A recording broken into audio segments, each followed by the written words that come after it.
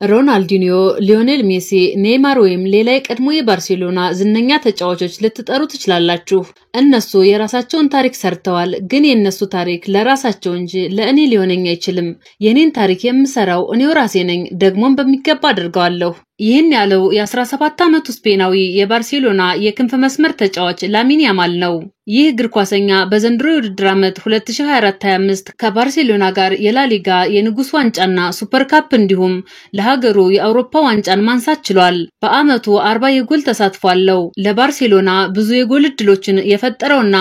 ውጤታማ ድሪብሎችን ያደረገውም ይሄው ልጅ እግር ነው ላሚን ያማል ገና በ17 ዓመቱ በጠቅላላው 107 ጨዋታዎችን አድርጓል ብዙ የጎል ተሳትፎ ማስመዝግቧል እስካሁን 5 ትልልቅ ዋንጫዎችን ያነሳው ያማል መደርደሪያውን ከወዲሁ ሰፋ አድርጎ ጀምሮ ያደመቀው ነው በድንቅ ብቃቱ 25 ዕውቅናና ሽልማቶችን ሰብስቧል ይህ በ17 ዓመት እድሜ ላይ የሚገኝ ተጫዋች ያገኘው ነው ብሎ ለመናገር የሚያስቸግር ቢሆንም ላሚን ያማል ግን አድርጎታል ለማመን የሚከብደው ብቃቱም እየደመቀ መጥቷል አርጀንቲናዊው ኮከብ ሊዮኔል ሜሲ 5 ዋንጫዎችን ያነሳው በ22 ዓመቱ ሲሆን ፖርቹጋላዊው ክርስቲያኖ ሮናልዶ ደግሞ ይህን ያሳካው በ23 ዓመት እድሜው ነበር ከዚያ አኳያ ላሚን ያማል እያደረገ ያለው በእግር ኳስ ዓለም አዲስ ነገር ሆኗል ይህ ልጅ በስፔን ላሊጋ ታሪክ ከ18 ዓመት በታች ባለ እድሜ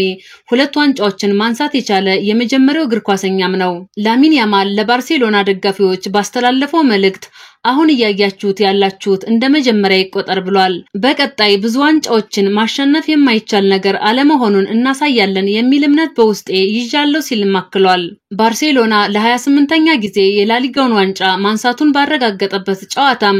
የዚህ ልጅ ሚና ከፍ ያለ ነበር ባርሴሎና የከተማ ተቀናቃኙን ስፓኞልን ሜዳው ላይ 2-0 ሲያሸንፍ ላሚን ያማል በሁለቱም ጎሎች ተሳትፎ አስመዝግቧል በዚህም የጨዋታው ማን ኦፍ ዘማች ተብሏል የእኔ ትኩረት ማራኪ ጎል በማስቆጠር የራሴን ስም ለመገንባት ሳይሆን ክለቤን ከፍ ማድረግ ነው የሚለው ላሚን ያማል ለዚህም የማልፈነቅለው ድንጋይ የለም ሲል ተናግሯል የዚህ ልጅ ነገር የቡድን አጋሮችንም ጭምር ያስገረመ ነው ለባርሴሎና 200 ጨዋታዎችን ያደረገው ሌላኛው ቁልፍ ወጣት ተጫዋች ፔድሪ እኛ ላሚን ያማል ስላለን እድለኞች ነን ሲል ገልጾታል ልጁን እንደ አይን ብሌን መጠበቅ ይኖርብናል ሲልም አክሏል ብዙ የእግር ኳስ ወዳዶች እና ባለሙያዎች ላሚን ያማልን ለመግለጽ ቃል እስከማጣት ደርሰዋል ልጁ በዓለም እግር ኳስ ስማቸው የናኙት እነ ክርስቲያኖ ሮናልዶና ሊዮኔል ሜሲ ጫማ ለመስቀል እየተንደረደሩ ባለበት ወቅት ለዘርፉ ብቅ ያለ ተወዳጅ እግር ኳሰኛ ሆኗል አሁን ላይ ባርሴሎናን የማይደግፍ እግር ኳስ ወዳድ ሁሉ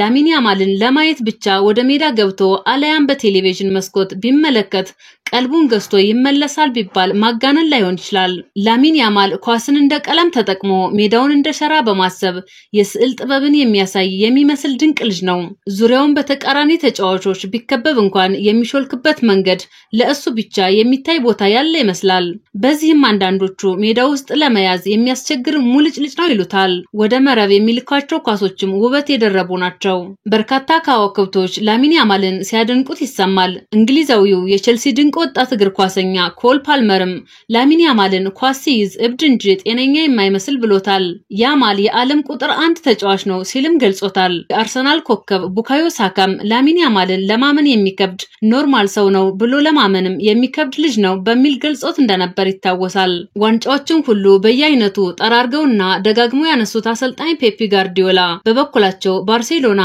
ማንነቱ ተመልሷል ካሉ በኋላ ላማሲያ ሁሉ ጊዜ አዲስ ተአምር ትፈጥራለች በሚል የዚህ ውጤት የሆነውን ላሚን ያማልን በምሳሌነት ጠቅሰዋል ይህ ልጅ ያደረገ ያለው ነገር የማይታመን ነው ሲሉም ተናግረዋል ሌሎቹም በሌላ መልኩ ገልጸውታል ወጣቱ እግር ኳሰኛ ላሚን ያማል ታዲያ አሁን ላለውበት ደረጃ እንድደርስ ያገዘኝ ጃቪ ነው ሲል የቀድሞ አሰልጣኙን አመስግኗል የአሁኑ የባርሴሎና አሰልጣኝ ሃንሲ ፊሊክም የምንፈልገውን አካሄድ አምሯችን ላይ አምጥቶታል ያለው ላሚን ያማል በወጣቶች ላይ ያለው እምነት ሊያስመሰግነው የሚገባ ነው ብሎታል በርግጥ ጀርመናዊው አሰልጣኝ የላማሲያ ውጤት የሆኑ ልጆችን አጠናክረው በባርሴሎና ቤት ታሪክ እየሰሩ ናቸው ክለቡ 28ኛውን የላሊጋ ዋንጫ ማንሳቱን ካረጋገጠ በኋላ በሰጡት መግለጫ እያንዳንዱን ቀን በጭንቀት ውስጥ ነበርኩ ብለዋል አሁን የተወሰነ ማረፍ ጀምራለሁ ሲሉም ተናግረዋል በመጀመሪያው ዓመት የባርሳ ቆይታቸው 3 ዋንጫዎችን ያነሱት ሃንሲ ፊሊክ በቀጣይም ብዙ ያስባሉ በእርግጥ እነ ላሚን ያማልን የመሰለ ስብስብ ይዘው ውጤታቸው ቀጣይ ቢሆን ላይገርም ይችላል። ሆኖ አምና በባላንዶር ሽልማት 8ኛ ሆኖ ያጠናቀቀው ላሚን ያማል ዘንድሮስ እንዴት ይሆን የሚለው ያነጋገረ ይገኛል። በየቀኑ የምንለቃቸው አዳዲስ መረጃዎች እንዲደርሷችሁ ሰብስክራይብ ያደረጋችሁና